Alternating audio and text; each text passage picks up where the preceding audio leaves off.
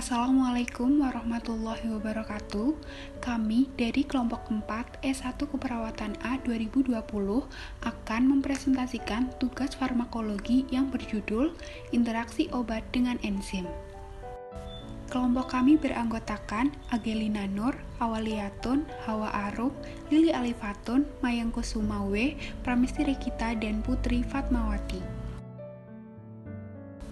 Dalam presentasi kali ini, kami akan mempresentasikan 3 hal, yaitu definisi interaksi obat, mekanisme interaksi obat, dan interaksi obat dengan enzim.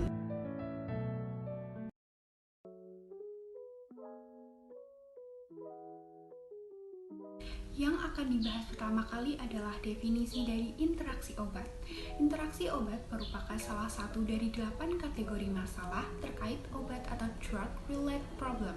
Diidentifikasi sebagai acara atau kondisi pengobatan yang mempengaruhi hasil klinis pasien.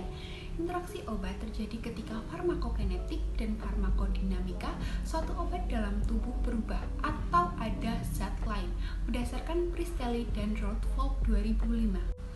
Interaksi obat atau singkatnya DDI mengacu pada perubahan efektivitas atau toksisitas obat yang disebabkan oleh pemberian obat lain, cara awal atau bersamaan atau interaksi 2 atau lebih obat.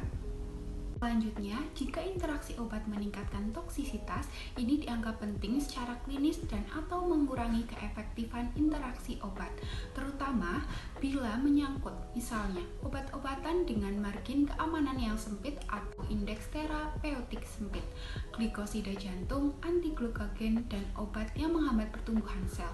Ini berdasarkan Setiawati 2007.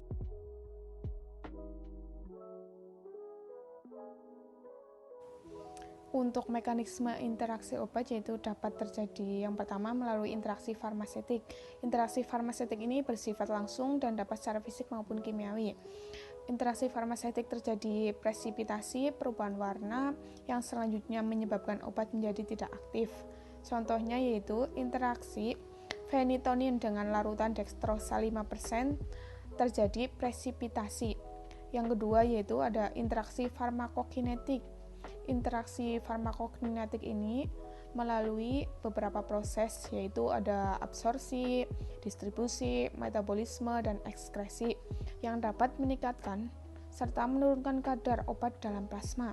Interaksi farmakokinetik yang terjadi pada suatu obat tidak dapat disimpulkan dengan obat lain. Meskipun dalam golongan pengobatan, hal ini disebabkan karena perbedaan sifat fisik maupun kimianya, sehingga menghasilkan sifat farmakokinetik yang berbeda.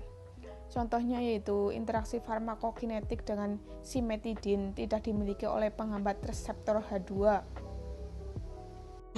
Interaksi farmakodinamik. Interaksi farmakodinamik mengacu pada interaksi obat yang bekerja pada sistem reseptor, sistem kerja atau sistem fisiologis yang sama, sehingga menimbulkan efek aditif, sinergis, atau antagonis. Sedangkan pada kadar plasma atau sifat farmakokinetik lainnya tidak ada perubahan. Jadi pada intinya farmakodinamik adalah studi tentang efek biokimia dan fisiologis obat termasuk obat-obatan farmasi. Efeknya dapat dimanifestasikan pada hewan termasuk manusia, mikroorganisme atau kombinasi organisme, misalnya infeksi. Terima kasih.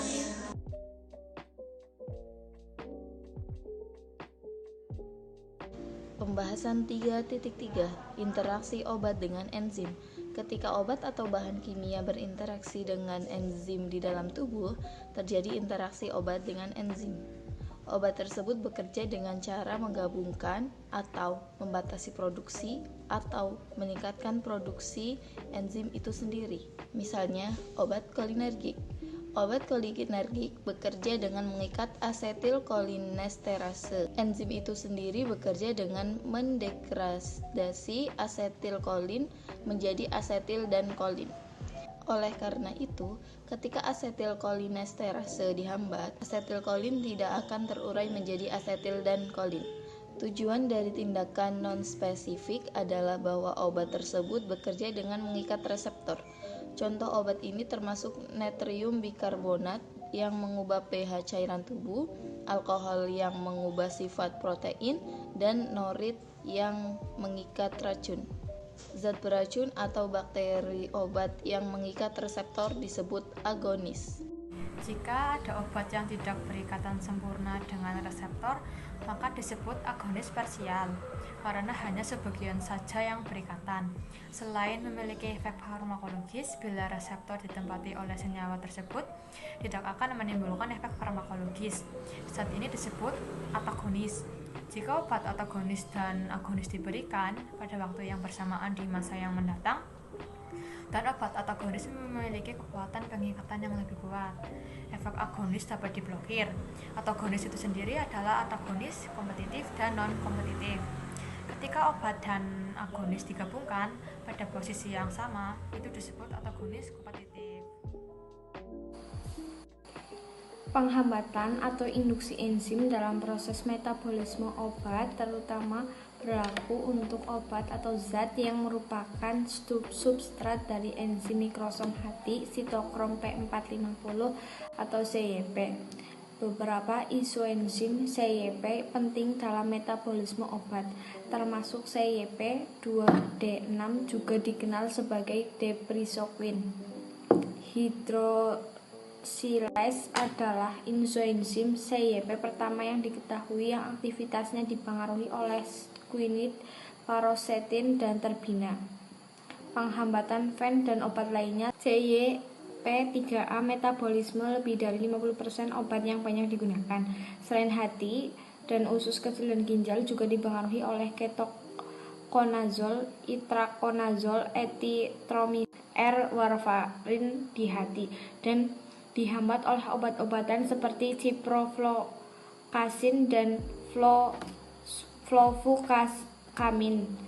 Interaksi antar penghambat CPY dan substrat akan menyebabkan peningkatan kadar plasma atau peningkatan ketersediaan hayati sehingga meningkatkan aktivitas substrat hingga terjadi efek samping yang merugikan.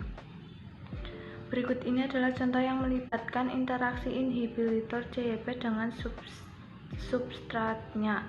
1. Interaksi terbendadin estemizol cisapride atau substrat CYP3A4 atau 5 dengan ketokonazol, intrakonazol, etomisin atau clarithromycin akan meningkatkan kadar substrat yang menyebabkan keracunan.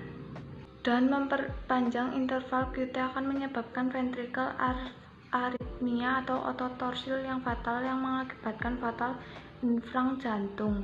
2. Interaksi triazolam dan midazolam atau substrat dengan ketokonazole dan erythromycin atau inhibitor akan meningkatkan level substrat dan meningkatkan bioavailabilitas atau AUC sebanyak 12 kali, menghasilkan obat penenang yang disebut di atas. Efek sedatif meningkatkan secara signifikan.